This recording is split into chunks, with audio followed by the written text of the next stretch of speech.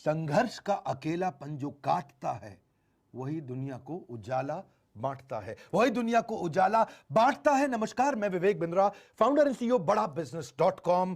Covid के बाद कौन से फ्रेंचाइजी बिजनेस नोट छाप रहे हैं?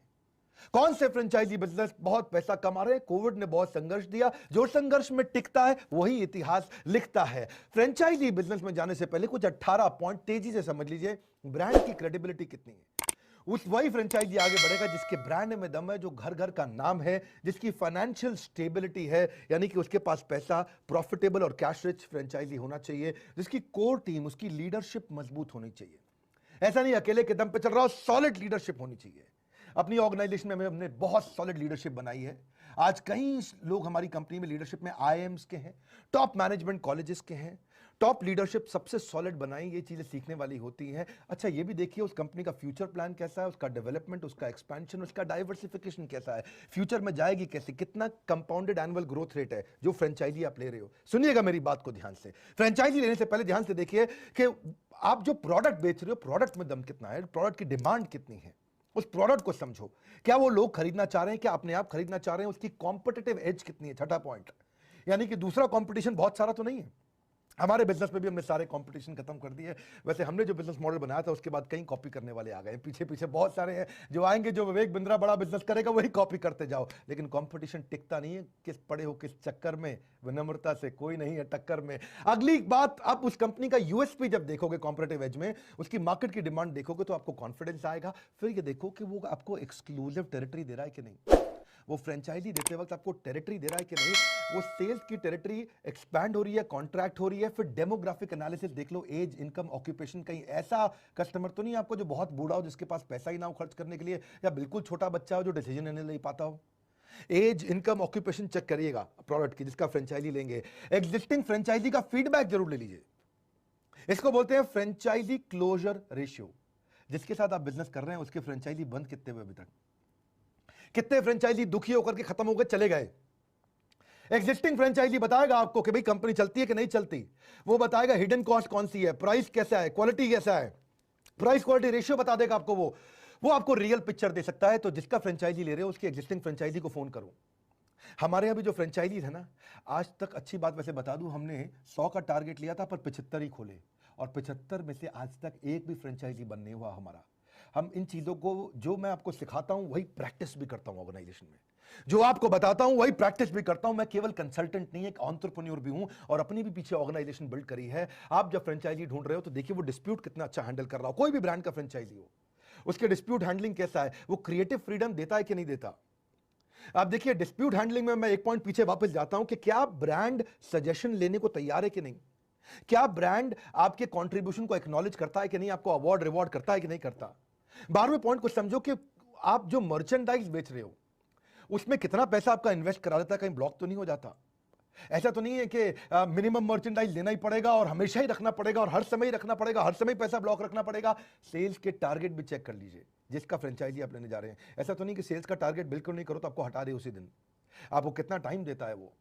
फिर देखिए कि 14 पॉइंट इनोवेशन कैसा है, इनोवेटिव प्रोडक्ट्स हैं क्या, नए नए प्रोडक्ट ला रहा नहीं ला रहा, जो फ्रेंचाइजी दे रहा है कुछ नया चीज कर रहा है कि नहीं कर रहा, और अगर प्रोडक्ट नया ला भी रहा है तो क्या वो अपने फ्रेंचाइजी को इस्तेमाल करने दे रहा है। ऐसा तो नहीं कि जो प्रीमियम प्रोडक्ट लाए अपने पास रखे, हल्के फुल्के बेकार प्रोडक्ट फ्रेंचाइजी को दे रहे बेचने के लिए। ये देखिएगा कि फ्रेंचाइजी को अधिकार दे रहा है कि नहीं। फिर पैसा इंपॉर्टेंट है तो चेक करिए कि फ्रेंचाइजी फीस कितनी लेते हैं, फिक्स्ड ईयरली कितना पेमेंट करना पड़ता है, रॉयल्टी पेमेंट कितना करना पड़ता है, कंटिन्यू करनी पड़े अगर 2 साल का कॉन्ट्रैक्ट है, 2 साल के बाद क्या वो दोबारा पैसा मांग लेता है। ये सारी चीजें फ्रेंचाइजी के साथ चेक करनी जरूरी है उस बिजनेस में। कौन से नोट छाप रहे हैं बिजनेस वो अभी बताने वाला हूं आपको, सारे बिजनेस बताऊंगा, पर कॉन्ट्रैक्ट जरूर समझिएगा। 16 पॉइंट क्विकली, कॉन्ट्रैक्ट को पढ़िएगा ढंग से, read it, read it, cross read it, again read it. Contract को पढ़िए, इसके लीगल कंप्लायंस, कॉन्ट्रैक्चुअल इश्यूज पढ़िए, लीगल रिकॉर्ड देखिए, लाइसेंस दे रहा है नहीं दे रहा, परमिट दे रहा है नहीं दे रहा, मॉर्गेजेस कैसे हैं, selling, staffing, pricing, supply arrangement में रिस्ट्रिक्शन तो नहीं है, बढ़ा सकते हो कि नहीं बढ़ा सकते, अगर आप ज्यादा बड़ा करना चाहते हो तो पॉसिबिलिटी है कि नहीं है। इसके बाद ट्रेनिंग और स्किल सपोर्ट कितना देता है जो फ्रेंचाइजर जिसके साथ आप जुड़ने जा रहे हो, क्या वो आपको आपके स्टाफ को ट्रेनिंग देता है, क्या स्टाफ को हायर करने में मदद करता है, क्या ऑनगोइंग ट्रेनिंग कैसी है, उसके सिस्टम कैसे हैं, और फाइनली मार्केटिंग इनिशिएटिव कैसा है। ऐसा तो नहीं कि बेचारे ने कोई ब्रांड बनाया है नहीं, आपको बोले तू खुद ही ब्रांडिंग कर, तू खुद ही सेल्स कर, बस मैं तो नाम दे के छोड़ के चला गया, फिर फायदा नहीं है। देखिए फ्रेंचाइजी बिजनेस आज रेस्टोरेंट के नहीं चल रहे हैं। Cafe coffee day, subway, pizza hut, KFC, McDonald, barista, burger king, ये सब बहुत स्ट्रगल में आ गए। आज बिजनेस स्ट्रगल में कौन से? Airlines, travel tourism, entertainment, real estate. Entertainment में चाहे वो सिनेमा हॉल्स थे, पीवीआर, शॉपिंग मॉल्स, बुक माई शो, सब पे बहुत स्ट्रगल हो गया। रिटेल की भी अगर आप फ्रेंचाइजी लेते हैं उसमें भी बहुत दिक्कत है, चाहे वो किसी का भी क्यों ना हो। फ्यूचर ग्रुप को तो खैर रिलायंस ने खरीद ही लिया, लेकिन रिटेल स्ट्रगल में है ही इस समय। आदित्य बिरला ग्रुप हो, टाइटन हो, शॉपर स्टॉप हो या रेमंड ग्रुप हो, कोई भी हो, रिटेल इस समय दिक्कत में आ गया है। लेकिन मोटर व्हीकल भी परेशानी में है, क्योंकि अब इस समय लोग घर में ही बैठ गए हैं, बाहर निकल नहीं रहे हैं। Tata Motors, Mahindra, Maruti, hero MotoCorp, Bajaj auto, सब पे स्ट्रगल आया है।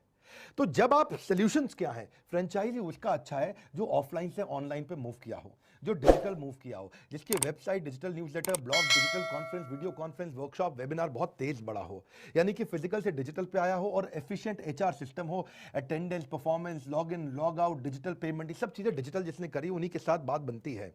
हमने भी जब अपने फ्रेंचाइजी दिए, तो मैं आपको बताता हूं, थोड़ा और प्रैक्टिकल करता हूं उसको, प्रैक्टिकली समझिए। जब हमने फ्रेंचाइजी दिए तो हमने लर्निंग मैनेजमेंट सिस्टम बना दिया। देखा 2 दिन, 5 दिन, 10 दिन की ट्रेनिंग से फ्रेंचाइजी नहीं चलता है, तो पूरा लर्निंग मैनेजमेंट सिस्टम बना दिया, एक सॉफ्टवेयर तैयार कर दिया, टेक्नोलॉजी पे पूरी ट्रेनिंग कर दी, सारे प्रोडक्ट, मैनुअल, मार्केटिंग, कोलैटरल, सारे कम्युनिकेशन आपकी कन्वीनियंस पे, आपके हिसाब से, आपके समय पे, आपके मोबाइल पे, डेस्कटॉप पे, लैपटॉप पे, कहीं भी देखो आप। उससे क्या हुआ कि हमारे जितने फ्रेंचाइजी सब बहुत सफल हुए। जैसे मैंने बताया 75 ऑफिस खोले, 75 के 75 चल रहे हैं। एक कानपुर का था ऑफिस, उसको हमने टेक ओवर कराया लखनऊ से। इसके अलावा 74 जबरदस्त, आज तक आप समझो कानपुर तक बंद नहीं हुआ। एक ही फ्रेंचाइजी था जो कमजोर हुआ था हमारा। 75 में से 74 बहुत तेज आगे बढ़े, 75वें को भी तेज आगे किया। हम चाहते थे एक भी फ्रेंचाइजी कभी बंद ना हो, क्योंकि पीछे बड़ा बिजनेस का बहुत विशाल टीम खड़ा है। आज 500 लोग हमारे ऑफिस में, हेड ऑफिस में बैठ करके इसको ड्राइव कर रहे हैं। रीजनल आईबीसी मैनेजर का सपोर्ट हमने दिया। हमने देखा भैया अगर लंबा चलाना है फ्रेंचाइजी के लिए, ये फ्रेंचाइजी ये नहीं, ये फ्रेंचाइजी दे दिया, अब तू चला, अब बस हम तुझे नहीं जानते, तू कौन मैं कौन, वो सिस्टम नहीं चलता है। आपको सपोर्ट देना पड़ेगा, वहां पे लोकल ब्रांचेस खोलनी पड़ेगी, इंफ्रा का सपोर्ट देना पड़ेगा आपको। कंप्लेंट मैनेजमेंट सिस्टम बनाया हमने। देखा कि किसी भी प्रकार की नई नई तरह की कंप्लेंट आ रही है, हर समय मैनुअल नहीं कर सकते, हर समय हमारा टीम मैनुअल एक एक फोन नहीं ले सकता। उसने कंप्लेंट मैनेजमेंट सिस्टम पे कंप्लेंट डाला, कंप्लेंट रेज हो गया, 24 घंटे के अंदर रिजॉल्व करने का हमने सिस्टम बनाया, और रिजॉल्व होते ही उसको पता चल जाता है। टेक्नोलॉजी ऑटोमेशन, डिजिटल ऑटोमेशन जरूरी है। अब इसके लिए हमने आगे किए गए, तो ये नहीं कि बही खाते स्टाइल में आप सबके बिल बना रहे हो, सबके आप अकाउंट सेट कर रहे हो। हमने पेमेंट पोर्टल बना दिए। पेमेंट पोर्टल उसका पॉस है, पॉइंट ऑफ सेल्स, उस पर उसका lead management, payment link, timely commission, tracking commission, invoicing process, सब कुछ वहीं कर दिया। अब इससे हम और आगे बढ़े तो हमने देखा कि उसको डिजिटल आइडेंटिटी दिया।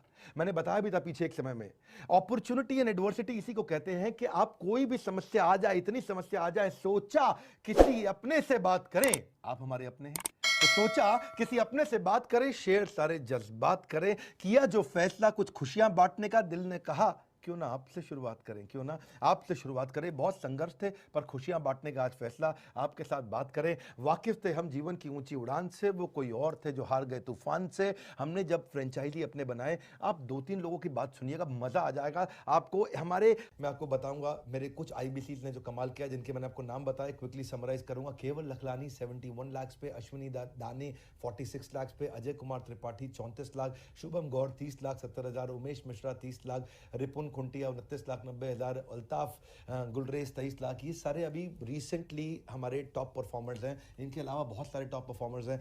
मजे की बात यह कि अहमदाबाद, आगरा, अलीगढ़, भोपाल, बहरेच, महसाना, नागपुर, छोटे छोटे शहरों से बहुत ज्यादा लोग हैं। न संघर्ष न तकलीफ तो खाक मजा है जीने में, बड़े बड़े तूफान थम जाते हैं जब आग लगी उस सीने में। ऐसी आग इनके सीने में लगी थी।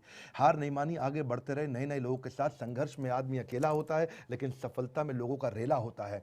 रख भरोसा खुद पर, क्यों ढूंढता है फरिश्ते, रख भरोसा खुद पर, क्यों ढूंढता है फरिश्ते। पंछियों के पास नहीं होते नक्शे, फिर भी ढूंढ लेते हैं रास्ते।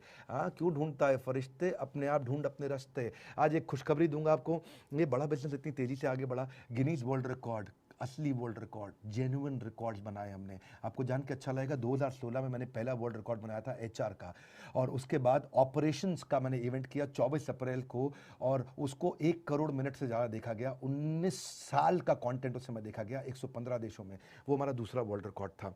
31 मई को हमने सेल्स का इवेंट किया, वो हमारा तीसरा वर्ल्ड रिकॉर्ड था।